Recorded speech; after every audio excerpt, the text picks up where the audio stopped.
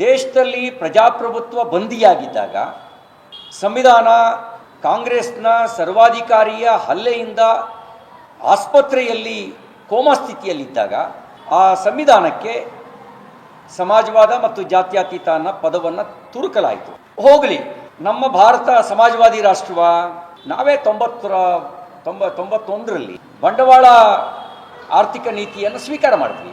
ಇವತ್ತು ನಮ್ಮದು ಬಂಡವಾಳ ಆರ್ಥಿಕ ನೀತಿಯನ್ನು ಒಪ್ಕೊಂಡಿರ್ತಕ್ಕಂಥ ಒಂದು ರಾಷ್ಟ್ರ.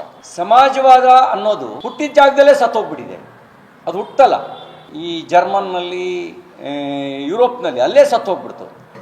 ರಷ್ಯಾವೇ ಸಮಾಜವಾದದಿಂದ ತನ್ನನ್ನು ಕಳಚಿಕೊಂಡು ಅದು ಬಂಡವಾಳಶಾಹಿ ರಾಷ್ಟ್ರವಾಗಿ ಬದಲಾಯಿತು. ಚೀನಾ ತೋರಿಕೆಗಷ್ಟೇ ಸಾಮ್ಯವಾದ, ಇನ್ನು ಉಳಿದಿದ್ದೆಲ್ಲ ಬಂಡವಾಳಶಾಹಿ ಅರ್ಥನೀತಿಯನ್ನು ಅನುಸರಿಸಿ ಮಾಡ್ತಾ ಇದೆ. ಎಲ್ಲಿದೆ ಸಾಮ್ಯವಾದ? ಎಲ್ಲಿದೆ ಹೇಳಿ? ವಿಭಿನ್ನ, ವಿನೂತನ ಹಾಗೂ ವಿಶೇಷ ಸುದ್ದಿಗಳಿಗಾಗಿ ವೀಕ್ಷಿಸ್ತಾ ಇರಿ ವೇವ್ಸ್ ಆಫ್ ಕರ್ನಾಟಕ.